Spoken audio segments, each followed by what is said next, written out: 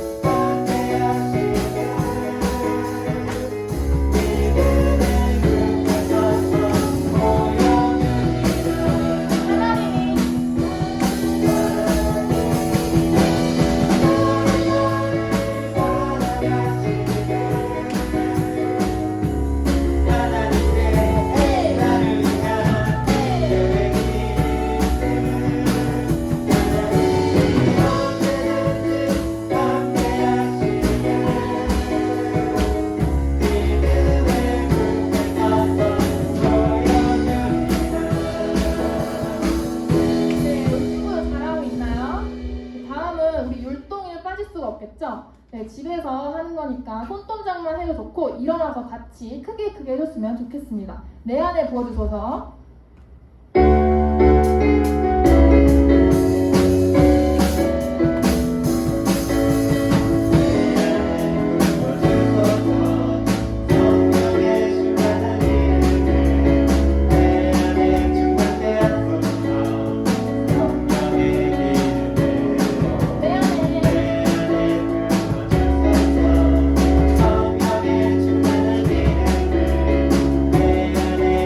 Yeah.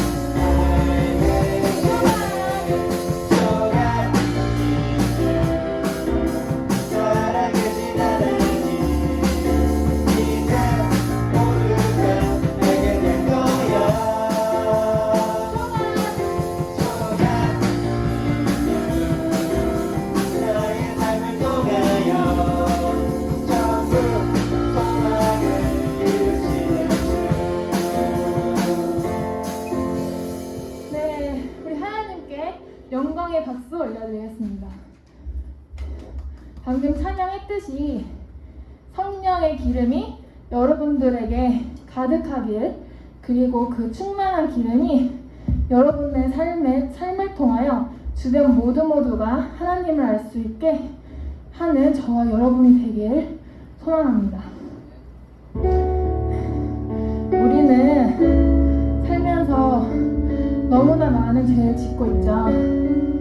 자신의 죄를 하나님께 솔직하게 고백하는 사람들도 있는 반면에 자신의 죄를 숨기고 모르는 척하는 사람들도 있어요. 그렇지만 우리가 하나님께 죄를 솔직하게 고백했을 때 용서하시고 사랑으로 보듬어 주세요. 이것을 생각하며 이 시간 다 함께 마음을 다하여 고백하겠습니다.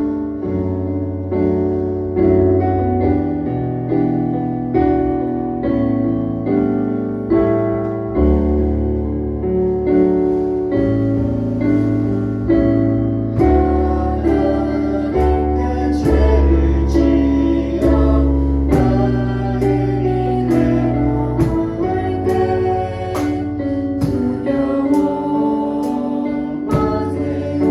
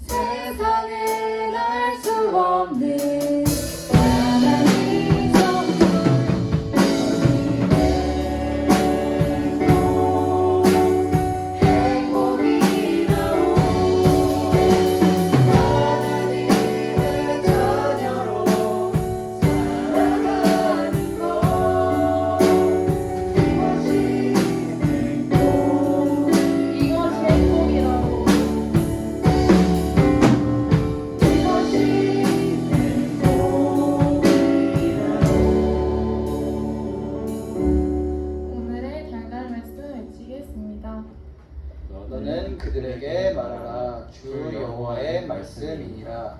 나의 삶을 두고 맹세하노니 나는 악인이 죽는 것을 기뻐하지 아니하고 악인이 그의 길에서 돌이켜 떠나 사는 것을 기뻐하노라.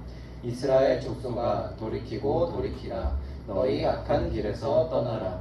어찌 죽고자 하느냐 하셨다 하라. 에스겔 33장 11절 말씀. 아멘. 아멘. 아멘. 다 같이 사도신경으로 우리의 신앙을 고백하겠습니다. 나는 전능하신 아버지 하나님 천지의 창조주를 믿습니다. 나는 그의 유일하신 아들 우리 주 예수 그리스도를 믿습니다. 그는 성령으로 잉태되어 동정녀 마리아에게서 나시고 본디오 빌라도에게 고난을 받아 십자가에 못 박혀 죽으시고 장사된 지 사흘 만에 죽은 자 가운데서 다시 살아나셨으며 하늘에 오르시어 전능하신 아버지 하나님 우편에 앉아 계시다가 거기로부터 살아있는 자와 죽은 자를 심판하러 오십니다. 나는 성경을 믿으며 거룩한 공교회와 성도의 교제와 죄를 용서받는 것과 몸의 부활과 영생을 믿습니다. 아멘.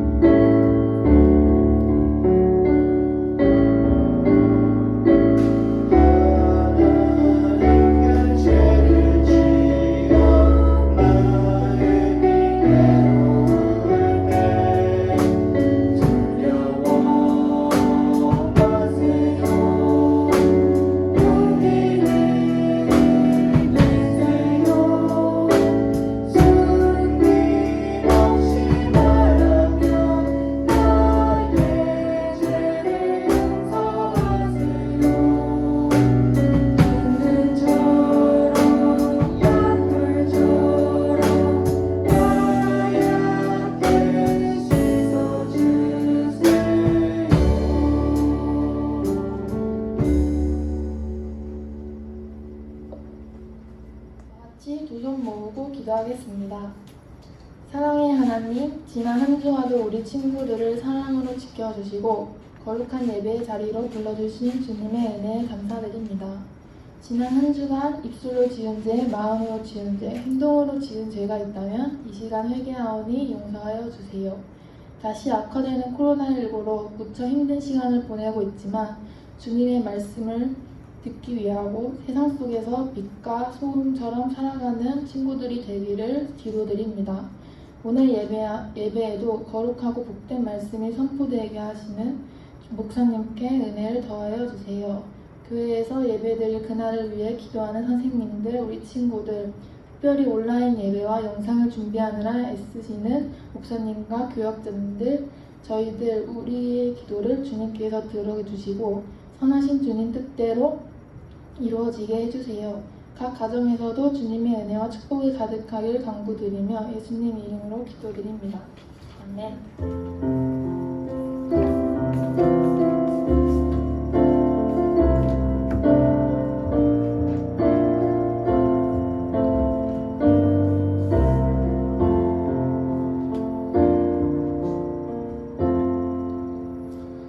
오늘 우리에게 주신 하나님의 말씀은 에스겔 33장 10절에서 11절까지의 말씀입니다.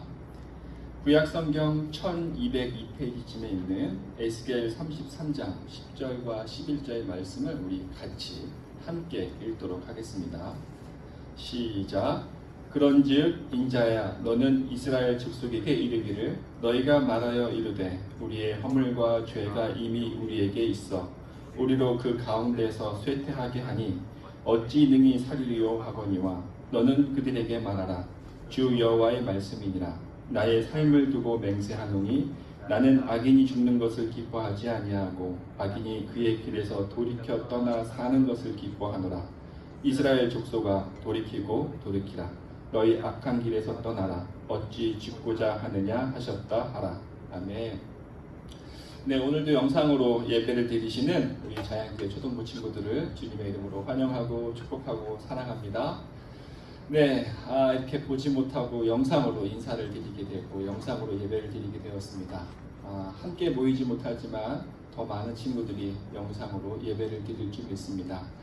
다시 모이는 그날까지 주일 오전 예배 잊지 마시고 말씀을 들으시고 특별히 이번 주와 다음 주는 에스겔 말씀을 통하여 여름 성경학교 주제로 우리가 진행되게 되는데 하나님이 에스겔에게 통해 주신 그 말씀이 우리 가운데도 주시는 줄 믿고 하나님을 더 깊이 알아가고 또 말씀을 통해 변화가 되는 우리 친구들 되기를 주님의 이름으로 축원합니다. 기도하고 말씀 듣도록 하겠습니다.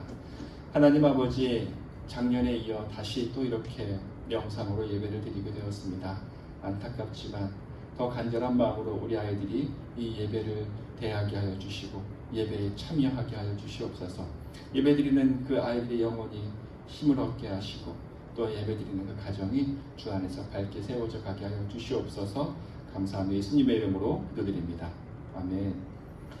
여러분은 지금 한 11살, 12살 좀 이렇게 됐겠죠.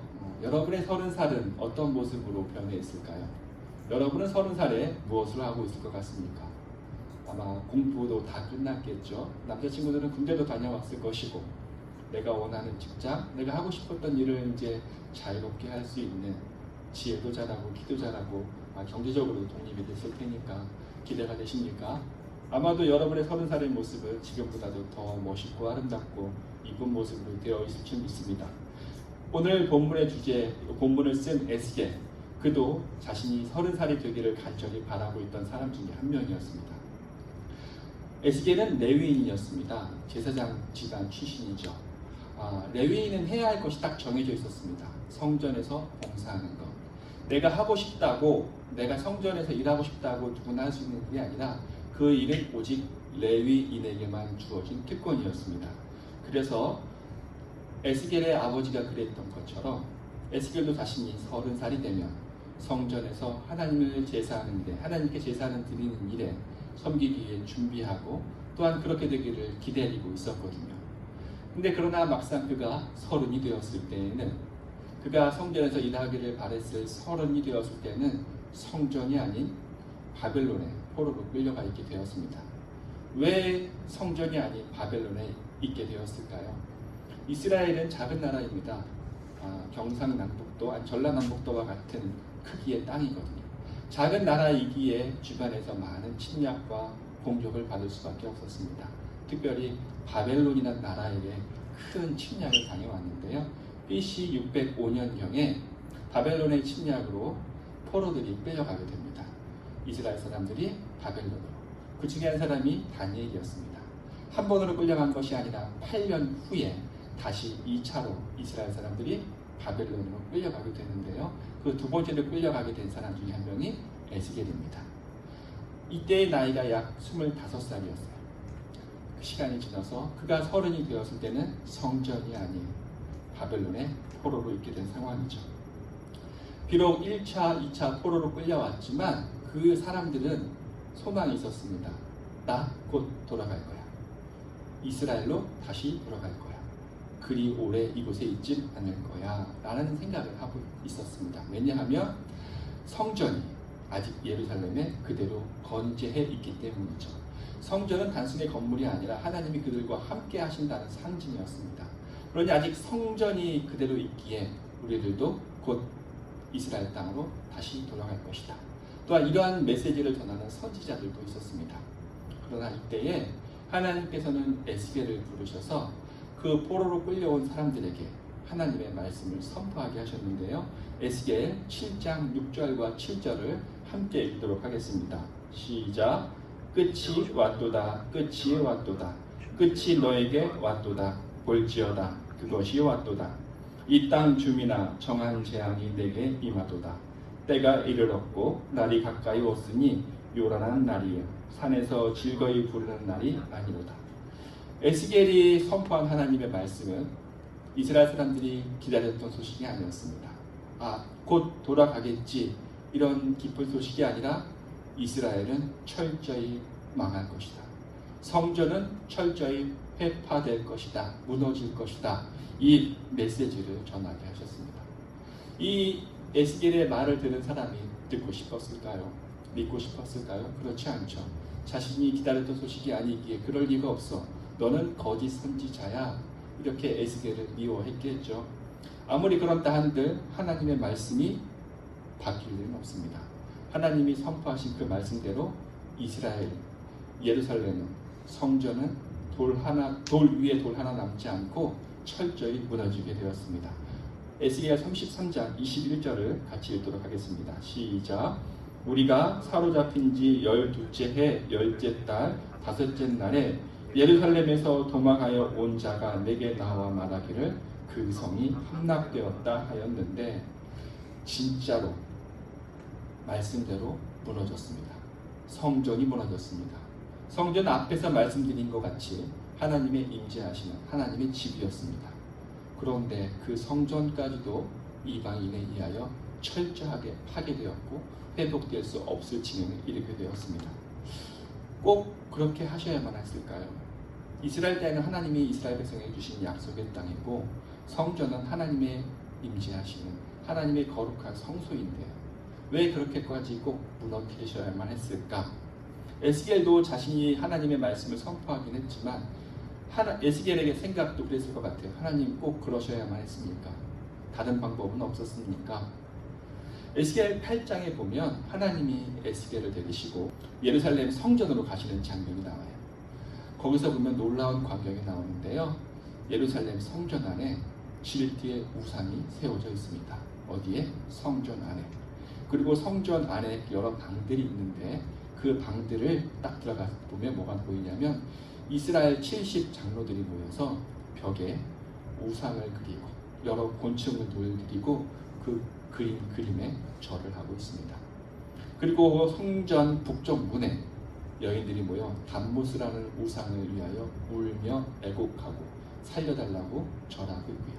그 성전 뜰 안에 모여있는 사람들이 하나님이 임재하시는 지성소가 아닌 그 반대 방향 해를 향해서 절하며 섬기고 있습니다.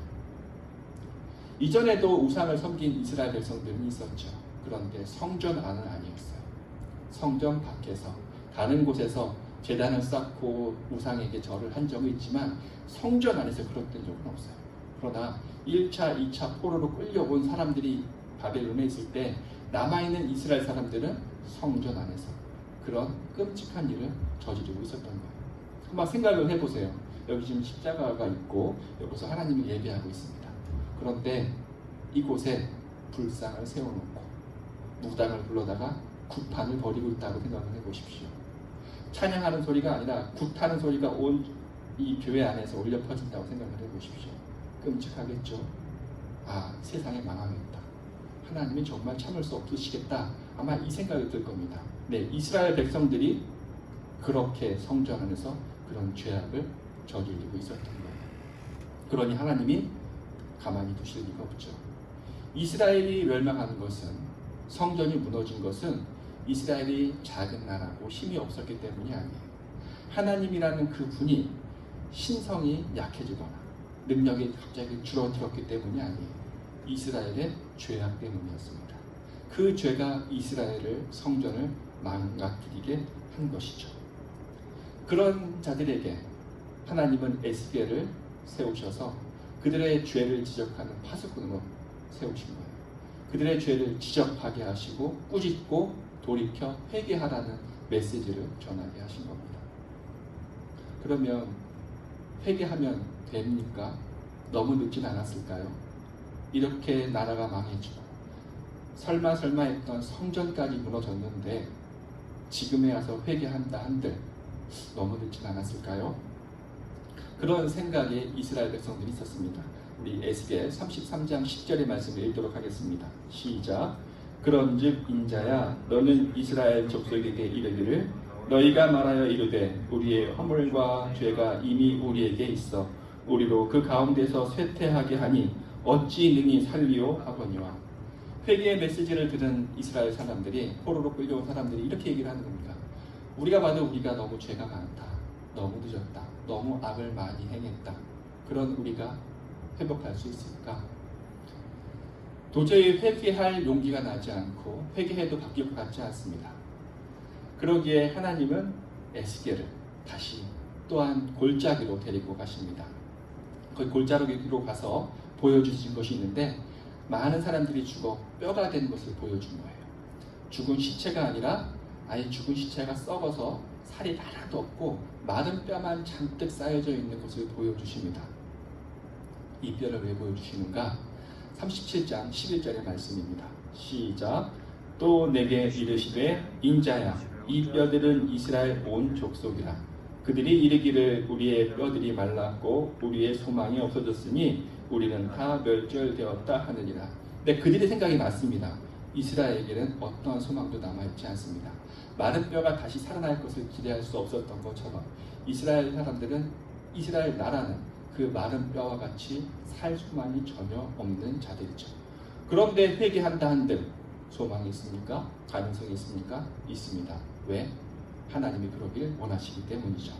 33장 11절의 말씀을 함께 읽도록 하겠습니다. 시작. 너는 그들에게 말하라. 주 여호와의 말씀이니라. 나의 삶을 두고 맹세하노니 나는 악인이 죽는 것을 기뻐하지 아니하고 악인이 그의 길에서 돌이켜 떠나 사는 것을 기뻐하노라. 이스라엘 족속아 돌이키고 돌이키라. 너의 악한 길에서 떠나라. 어찌 죽고자 하느냐 하셨다 하라. 하나님이 살리신 것을 기뻐하는 분이시기 때문입니다. 아무리 흉악한 죄를 지은 악인이라 할지라도 하나님은 그들을 벌하여 죽이는 것을 원치 않으십니다. 하나님이 기뻐하시고 하나님이 바라시는 것은 그 악한 길에서 떠나 사는 길로 가는 것, 생명의 길로 가는 것, 그것을 원하시는 것이요. 그래서 하나님은 이스라엘 백성들에게 비록 죄가 충만하지만 돌이켜 회개하라. 돌이켜 회개하는 자에게 하나님은 살리시는 일을 하십니다. 여러분 하나님을 사랑하십니까? 네, 사랑하시죠. 하나님도 여러분을 너무나도, 우리를 너무나도 사랑하십니다. 우리도 너무나 사랑하고 하나님 너무나 사랑하지만 이 관계를 방해하는 것이 있습니다. 그것이 바로 죄죠. 이 핸드폰을 가지고 하나님과 우리의 사이에 있는 죄가 얼마나 큰 영향력을 끼치는지 설명을 좀 해드리겠습니다. 이 핸드폰에 보면 대부분 핸드폰의 표판에 이렇게 창이 붙어 있어요. 뭐라고 하죠? 이거를 액정 보호한 필름 같은 걸 붙이게 돼요. 그런데 이 필름 붙일 때 이 끝에 작은 먼지 하나, 작은 뭐가 하나 들어가게 되면 딱 붙지 못하고 벌어지게 됩니다. 그리고 점점 그것이 벌어져서 결국은 떨어지게 되죠. 네, 이렇게 하나님과 우리의 사이는 딱 붙어 있기를 원하나 이 죄가 우리와 하나님의 사이를 점점 벌어지게 해요. 보통 여기에 필름에 뭐가 들어가게 되면 우리는 어떻게 해요? 다시 뜯어내죠. 이걸 버리고 세로를 붙여요. 근데 하나님은 우리를 사랑하셔서 그걸 버리기를 원치 않으시고 여기에 있는 먼지만 제하시거든요. 그 먼지만 제하는 방법 바로 회개예요. 하나님은 우리가 회개할 때 이 하나님과 우리 사이의 관계를 방해하는 그 죄만을 탁 떼어내시는 거예요. 우리를 벌하시는 것이 아니라, 우리를 멸망시키는 것이 원하는 것이 아니라 우리 안에 있는 죄를 깨끗이 지우시기 원하기 때문에 하나님 우리에게 회개하라고 말씀하시는 겁니다. 이 회개의 메시지를 전할 때 여러분은 어떠세요? 무슨 생각이 듭니까? 나는 아직 그렇게 큰 죄가 없는 것 같은데, 나는 아직 착한 것 같은데 그렇게 아파하며 하나님 정말 잘못했습니다. 나의 죄를 용서해 주세요 라고 이렇게 기도가 안 되죠. 죄가 없는 것 같거든요. 아직. 정말로 죄가 없어서 그럴까요? 정말로 여러분은 죄가 없습니까? 아마 혹시 여러분이 지은 죄를 기억하지 못해서 그런 건 아닐까요? 여러분 일기를 쓰는 친구도 있을 겁니다. 매일매일 내가 무엇을 했는지, 어디를 놀러 갔는지, 누구를 만났는지, 어떤 맛있는 음식을 먹는지 그런 일기를 적게 되죠. 근데 혹시 거기다가 여러분의 죄를 한번 적어보세요.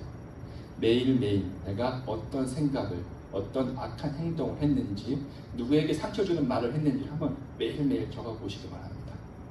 그럼 적었을 때 어떤 게 보이냐면 내가 생각했던 것보다 내 안에 죄가 얼마나 많은지를 알게 됩니다. 적기 전에는 몰랐는데 적을 때에 내가 죄 가운데 있다는 것을 깨닫게 돼요. 그것을 한번 1년 한번 적어보세요. 1년 동안 적게 되면 이 많은 죄들을 행한 것도 놀랍지만 이 죄가 과연 용서받을 수 있을까? 이런 생각이 들죠. 우리가 죄인지 모르는 것은 우리의 기억 속에 그것을 기억하지 못하기 때문입니다. 그런데 우리 죄를 매일매일 적어 나갈 때 우리의 죄를 볼 수 있게 되고 우리가 회개할 때를 알게 되고 회개하게 되면 어떻게 되겠어요? 그 죄가 우리 안에 사라지겠죠. 우리가 회개하지 않는 이유 죄가 없어서가 아닙니다. 죄를 죄로 인식하지 못하기 때문에. 그래서 여러분에게 올 여름 성경학교 때 죄를 한번 적어봅시다. 이렇게 하기를 원합니다. 여러분에게 이번 성경학교 때는 각가적으로 이런 노트가 아마 배달이 될 겁니다. 이번 주 중에 여러분에게 이 노트와 이 펜이 배송이 될 텐데 이 노트에다가 여러분이 오늘 하루 지었던 죄, 생각뿐 아니라 말과 행동으로 지은 죄들을 한번 여기다 꼼꼼히 적어보세요. 쉽지 않을 겁니다. 싫을 거예요. 즐거운 일을 적는 것도 쉽지 않은데 내가 지었던 죄를 적는다? 내가 민망해서 적기 힘들어요. 그런데 한번 적어보세요. 적어도 올 남은 1년을 이렇게 적어 나간다면 여러분은 그 힘든 시간을 적었다 할지라도 나중에는 내가 회개할 죄가 뭔지, 나한테 깊이 뿌리 박혀 있는 죄의 습성이 무엇인지 알게 돼요. 알아야 회개하지 않겠습니까? 알아야 하나님한테 용서해달라고 회개 기도를 하겠죠. 그러기 위해서 여러분에게 이 공책이 노트가 배송이 될 텐데 여러분 받고 나면 그냥 책상 한 곳에 두지 마시고 꼭 죄를 적으시고 그 죄를 가지고 하나님께 회개 자리 가서 기도하시고 죄가 깨끗이 씻음 받기를 바랍니다. 꼭 이렇게 해야 합니까? 나중에 하면 안 될까요? 전 아직 그래도 괜찮은 것 같은데요. 세상을 보면, 다른 사람을 보면 더 많은 죄를 짓고도 잘 사는 사람이 있는 것 같은데 아직은 괜찮지 않을까요? 이렇게 생각할 수도 있을지 모르겠습니다. 하나님이 우리의 죄를 보시고도 가만히 두신 것은 그 죄가 심각하지 않기 때문이 아니에요. 하나님이 기다려주시는 거예요. 회개하기를. 로마서 2장 4절에 바울이 이런 말씀을 하고 있는데요. 함께 읽도록 하겠습니다. 시작. 혹 내가 하나님의 인자하심이 너를 인도하여 회개하게 하심을 알지 못하여 그의 인자하심과 용납하심과 같이 길이 참으심이 풍성함을 멸시하느냐. 이 말씀을 정리하면 그거예요. 하나님이 죄를 보고도 가만히 기다리시는 것은 뭐냐면 인자하신 분이시기 때문에 그 사람이 돌이켜 회개하기를 기다려주시는 거예요. 죄가 있을 때마다 하나님이 딱 벌을 내려주시면 수 있습니다. 그러나 그렇게 하지 않는 이유 하나님이 인자하신 분이기에 참고 기다려주시는 거예요. 돌이키겠지, 회개하겠지. 그런데 악한 사람들은 어떻게 합니까? 내가 나쁜 일을 했는데, 나 거짓말 했는데, 누구와 싸웠는데 아무 일도 일어나지 않네? 괜찮구나. 이 정도는 괜찮구나. 하나님의 그 인자하심을 이용하는 거예요. 하나님이 모르시나? 하나님 진짜 살아계시지 않나? 악인이 잘 살고 있네.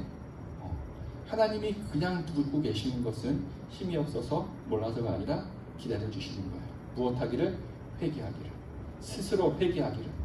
우리는 그 하나님의 인자하심과 용납하심을 이용할 수는 없지 않겠습니까? 회개해야겠죠. 우리는 죄인입니다. 아직 우리 어른들의 눈에 보이기에는 여러분은 착하고 아름답죠. 선한 것이 많습니다. 그러나 하나님의 눈에 보시기에 여전히 죄인입니다. 우리의 생각은 끝 나쁜 것들로, 우리의 말은 악한 것들로 가득 찰 수 있는 죄인입니다.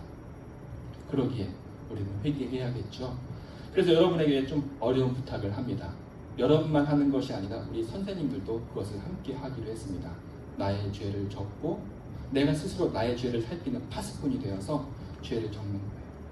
적는 것은 내가 비참한 존재임을 발견함과 동시에 그 죄를 하나님께 회개함으로 깨끗이 지음받는 것, 씻김받는 것.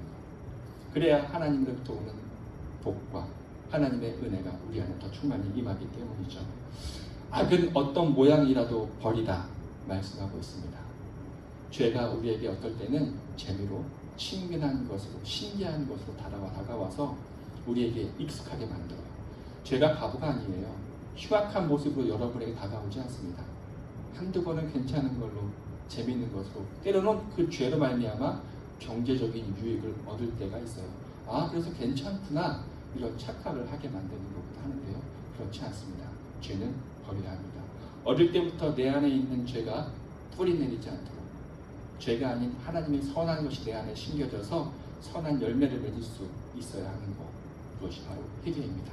우리 친구들 회개하기 바랍니다. 우리 친구들만이 아니라 우리 선생님들, 초등부가 모두 한 마음으로 회개하는 올 2021년, 그리하여 2022년에는 올해 안에 있던 그 죄가 아니라 하나님의 것으로 더 풍성한 열매가 맺기를 주님의 이름으로 축원합니다. 아멘. 기도하겠습니다.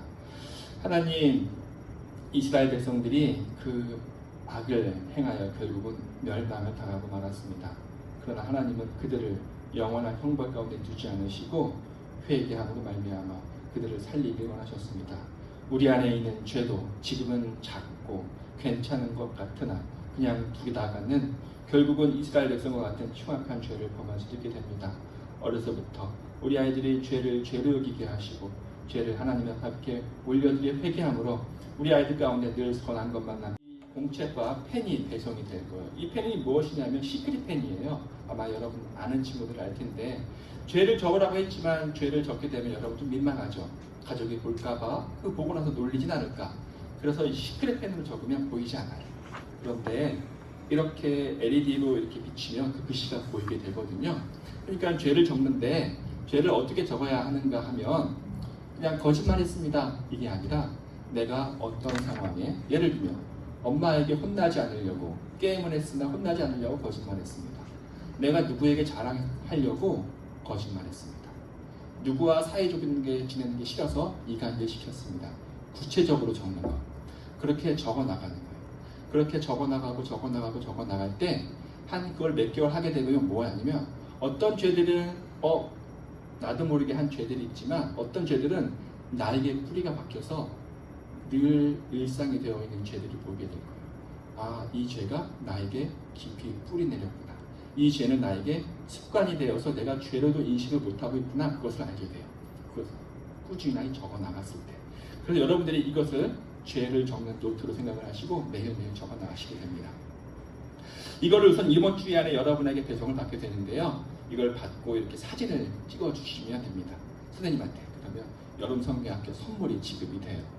적지 않아도 우선 선생님 잘 받았습니다라고 하고 이렇게 인증샷을 보내주게 되면 이번 주 주일, 다음 주 주일까지 7월 25일까지 사진을 보내주면 또 그 선생님들이 여러분에게 선물을 보내줄 텐데요. 그 선물이 무엇인지는 받아보면 알 것 같아요. 아마 기대해도 될 것 같습니다. 네, 우리 2021년 7월부터 12월까지 이 노트와 펜을 잘 사용하셔서 우리 선생님, 우리 아이들에게 좋은 것이 가득하기를 바라겠습니다. 네, 축도로 예배를 마치도록 하겠습니다. 이제는 우리 주 예수 그리스도의 은혜와 하나님의 사랑과 성령님의 이루 교통하심이 어려서부터 죄의 길을 떠나 의의 길을 거두며 하나님과 동행하는 복된 인생을 살기로 다짐하는 초등부 아이들과 그 가정 위에 우리 선생님들을 위해 이제로 영원히 함께 하시기를 간절히 축원하옵나이다. 아멘.